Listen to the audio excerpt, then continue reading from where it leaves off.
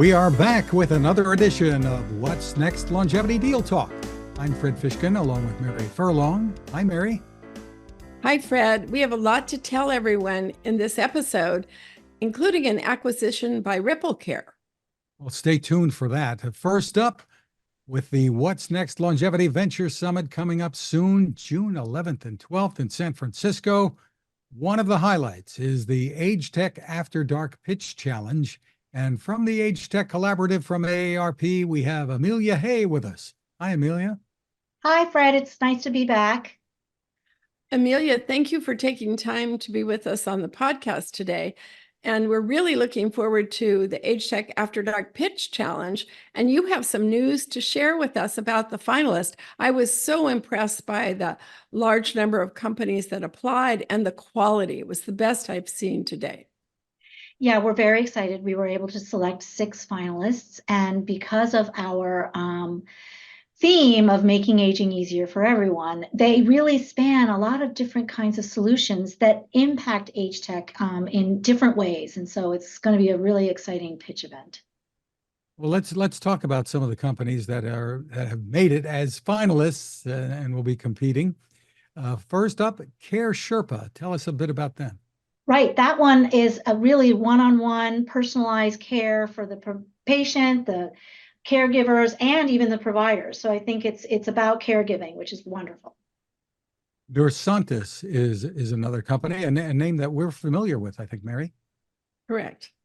Nursantis is very interesting because they're trying to attack fall prevention in a way where they're restoring balance in the body. And so that one is very intriguing from a tech standpoint. The next finalist is PragmaClin Research US. What I love about this one is right now they're focusing on Parkinson's disease, but what they're trying to do is they have digital assessments that you can take to see what the progression of the disease is, which is so important in Parkinson's because it really does start very early and people don't really notice it. The next finalist is Train 100, the numeral 100. This one is a fitness app, but it's personalized. It goes to the kinds of activities that you like. So it's a wonderful way. And, we're aging, but we're also very active. So we loved this startup. The next finalist is called Voice Love. Yeah, Voice Love leverages a healing, familiar voice to provide a vital lifeline powered by personal connection. So it's really attacking social isolation in this case for older adults. And finally, Wander Health. Wander Health is for those who travel a lot and it's kind of concierge medical service, which is wonderful when often you don't know when it happens when you're traveling. And so it's a wonderful service. What can you tell us about what went into the selection of the finalists here? It can't be easy. It's not. And I think for this one, as we just went through the startups, it's a wide range of solutions in the age tech space. But we look at how relevant is it, the founders, whether or not they've seen any traction. So we look at a lot of factors to kind of pick the finalists that we slate for the pitch event. And describe how the pitch challenge will be organized at the Longevity Venture Summit. So we're very excited. We are doing this in the Tonga Room, which is an iconic tiki bar in the Fairmont Hotel in San Francisco. And it's in the evening where we will be serving dinner. And the pitch event is kind of the entertainment in this dinner theater style event. Almost sounds dangerous, Mary, the Tonga Room. Well, this is an iconic hotel, the Fairmont, created by the architect Julia Morgan, where Tony Bennett wrote the song, I Left My Heart in San Francisco. It's incredibly exciting. It's a wonderful place to be. But I want to say something about the growth and momentum of age tech over the past year. I mean, just a year ago, we've seen so much growth, and some of these finalists have received NIA funding already because the NIA now has a dedicated fund to support research and validation of some of the issues. So what's exciting for me as part of this is the quality is so much better. The quality of the judges are great. The quality of the finalists are great. And it's an honor just to be a finalist, So tell us what the winner is going to receive, Amelia. Happy to. So the winner, it's a $10,000 check from AARP, and but everyone that's slated in the pitch event actually has the opportunity to be invited into our accelerator program. So I think they're all winners. The key winner by the judges will be receiving the $10,000 check. And of course, just pitching, we had a finalist in the first year we were doing this that didn't win, but ended up becoming an AARP partner for pet insurance.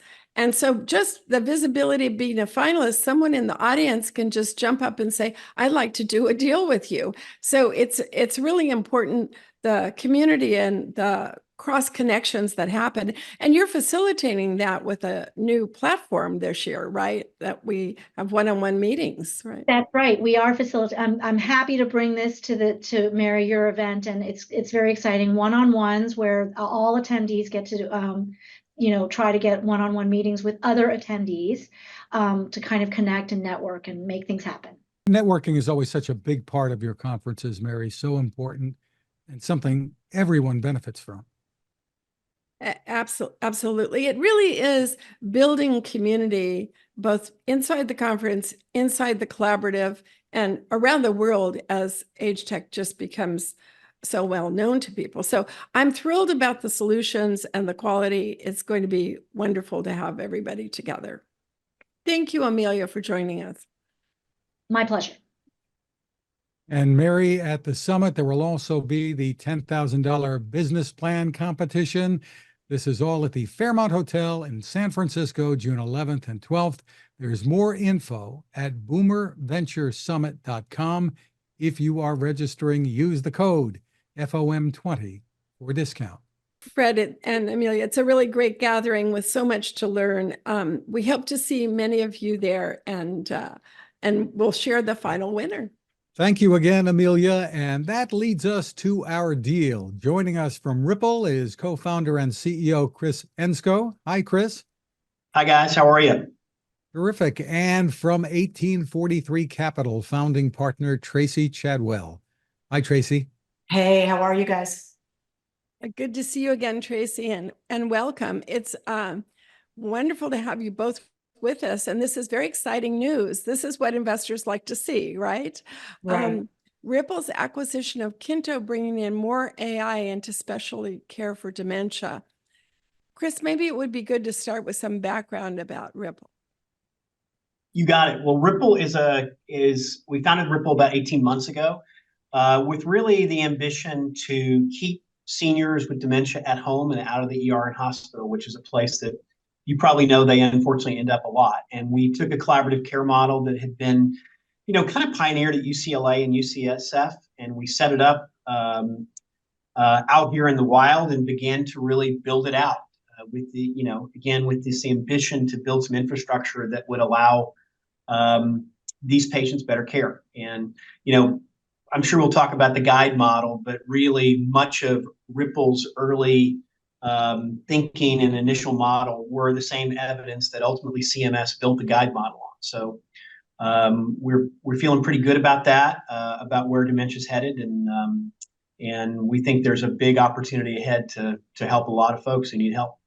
Well, so now you've acquired Kinto, based in Boston. It's an AI-enabled dementia caregiver support platform. Tell us how this came about. Well, I got to look at Tracy as I say this, because Tracy is the Uber connector. She knows where everything is at all times. And when you're in a startup, right, you're very, very focused. And Tracy, I have to be honest, is like an investor in us. So I think I have to declare that. Hopefully she'll say nice things as well. And as we were, as I was kind of talking to Tracy about the landscape and really there's been an explosion of things happen in this sort of, neurocog dementia space over the last few months. It's really gone from 0 to 100 since I started Rippl. And she just mentioned to me, we were going through a variety of sort of companies that are in the space, and she mentioned Kinto. And what I loved about Kinto and particularly Joe Chung, who was the founder and CEO, and now our CTO at Rippl post deal, was they were uniquely focused on the caregiver. And we have always known the caregiver is fundamental to being successful in this space. There's no doubt about it. The UCSF model, which we're using primarily, knew that from the very beginning. All the evidence pointed to if you ignored the caregiver, you were never going to be able to be successful with a patient. And Kento obviously decided to focus on the caregiver and developed really a set of interventions, really unique interventions specifically for that player in this care continuum. And I think the combination of that unique, I'm going to call it IP for lack of a better word, an amazing team of people that Joe had assembled there, just like people that are a lot like us, that are really doing this because we care deeply about it. It's very personal. And then I would say, you know, their evolved thinking around what AI can bring to this space. Tracy saw all that. She had to help, you know, open my mind. But once I saw it, it was very clear to me that this was a marriage we had to make happen. So Tracy, thank you for figuring that out for me ahead of time. Oh my goodness, Chris, you're absolutely welcome. It's such a pleasure. Tracy, tell us more about the focus of 1843 Capital and your thoughts about the deal. And Rippl is in your portfolio and Kinto as well. So sometimes investors find the match inside their portfolio, correct? Absolutely. Well, with 1843, we're uniquely positioned in the fact that we are focused exclusively on aging and longevity, which obviously no one has to tell you, Mary, or your listeners, is a $14 trillion market opportunity. It's really huge, but sort of overlooked by a lot of people. This combination of Rippl and Kinto 2 came out of our thesis around Alzheimer's. Obviously, as you know, too, Alzheimer's is the costliest condition there is. It's a $350 billion opportunity every year in terms of medical costs. So we went in really focused on finding the best single Alzheimer's support company that we could. And what happened sometimes is that I ended up with two. So I was really excited by what Chris was doing on the patient side and what he was doing with gerontologists and support and risk assessment and diagnosis on that side. And then when I saw what Joe was doing with Kinto on the caregiver support side, I thought, wow, this is really interesting. And I sort of had to clear it with both of them saying, I'm going to invest in this other one. I hope, you know, I think it's okay because I don't think you guys are doing the same thing. At the same time, I always knew that they were going to be working together. Coming together as one company is a dream come true. This is something, you know, I thought at first maybe they would do some partnerships or things like that, but then the opportunity came around to combine them and to have Rippl acquire Kinto, creating what I think is a 1 + 1 = 3 opportunity, support on all sides. Although I'm going to say, Tracy, it's a 1 + 1 = 5. This is going to be way I think so too. I really do. It's one of the most interesting and exciting spaces that there is. And Chris really has it. He has the opportunity. So our conference in a couple of weeks is going to focus on AI, but how important a role do you see AI for dementia care and caregiving? And what will the acquisition mean for you going forward, Chris? Well, I mean, that is a giant question. So let me try to answer it this way. First of all, I think there's no part of healthcare that's better positioned to take advantage of what's happening in AI better than dementia right now, because there's so much, I don't know, low hanging fruit that AI can solve for us. I mean, our first approach really with this acquisition is to, you know, really take some very basic AI capability and really empower our care providers in a much, much more active way. I mean, there's so many things they do every day that could be done by an AI. And it really, our vision for this is to use that AI, not to really replace them, but to allow them to do the things that only they can uniquely do. And I sort of joke about this David Brooks book that I have. I don't know if you've read it, but I love that book. Everyone should awesome read that book. book. Yes. I love David Brooks, and he's, you know, but the book is called How to Know a Person. And when I saw that in the bookstore when it first came out, it spoke to me because that is what our care navigators do. You know, when you have dementia and you're a patient and you've got a family member and a caregiver involved, you know, our job is to get to know you. That's how we do a good job, and help you begin to navigate the disease and know what to do. And we spend, we call our first hour with a patient and a caregiver the golden hour, because we listen. And what AI ultimately is going to help us to do is listen a lot more closely, not focus on all the questions we have to get answered in the note. AI can do all of those things. And like, that's just the beginning. And I think it's got kind of unlimited potential in this place to really, help us do what we uniquely do much, much better, and then to scale it, to be able to get to lots of people, because that's the other, kind of dark corner of dementia is today we've got about 8 million people in America who are suffering from this disease, and that is going to triple over the next few years. And a lot of, unfortunately, a lot of the positive therapeutic, advancements that have come out recently are fantastic. Best news we've had in dementia in a long time, but unfortunately, they're not going to help a lot of people that are, further down the road. And we need that care infrastructure in place, and urgently. So I'm excited about what we can do to get to lots of people very quickly. Yeah, there's been so much in the news just this week, even as we're recording, from Google and from OpenAI, and the conversational capabilities of AI that are going to be released soon. We also saw this week that Uber has a caregiving initiative that we have to look into as well. But it reminds me, a person who I think would be interested in your story is Lauren Shook from Silverado, because in his book, The Silverado Story, he talks about finding out about the passions of the older people and really taking a deep dive. And if they're inspired by art or music, just knowing that, and as you provide for their care, that's so important to look at them as a person, correct?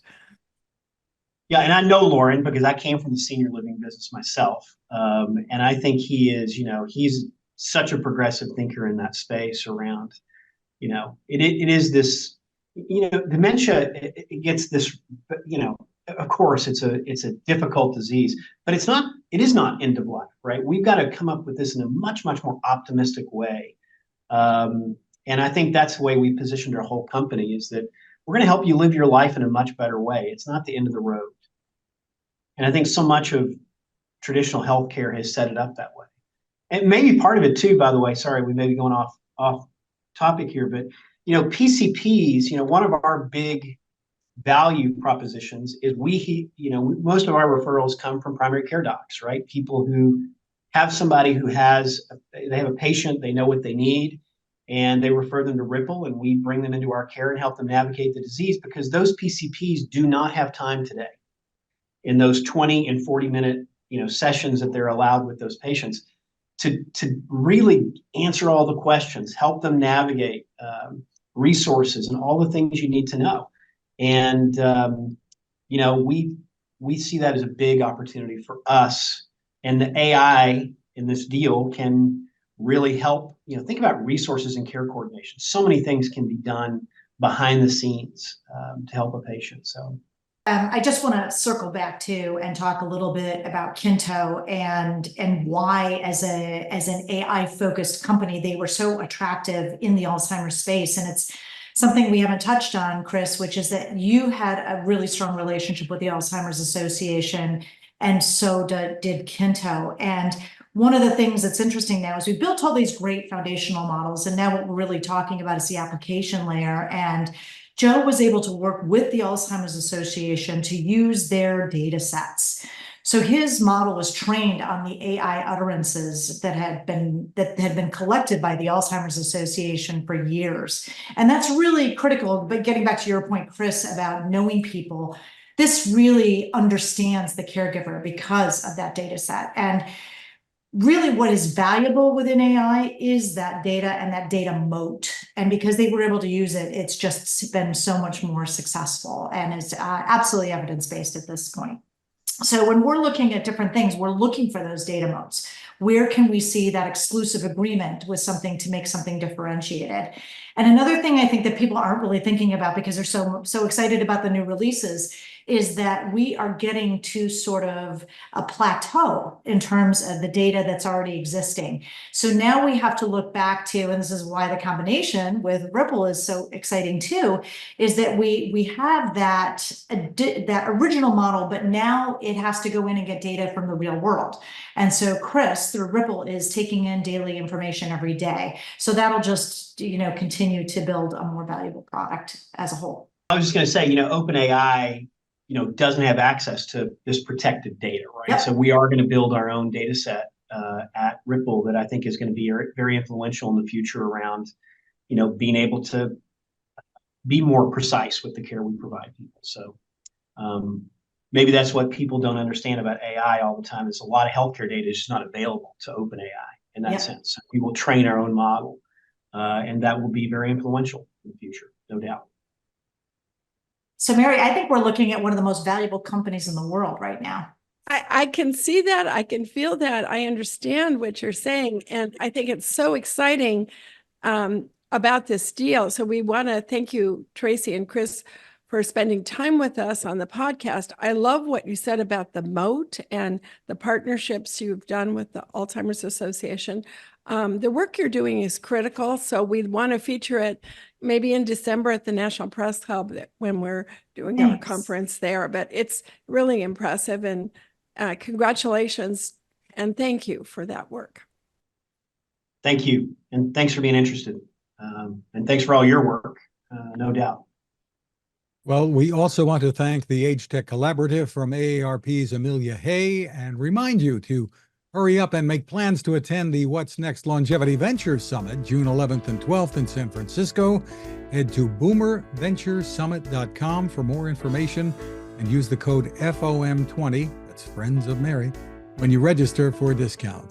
Thanks to everyone for spending time with us to watch or listen, and you can always find us and our What's Next Living Longer, Better, Smarter podcast at maryfurlong.com/podcasts.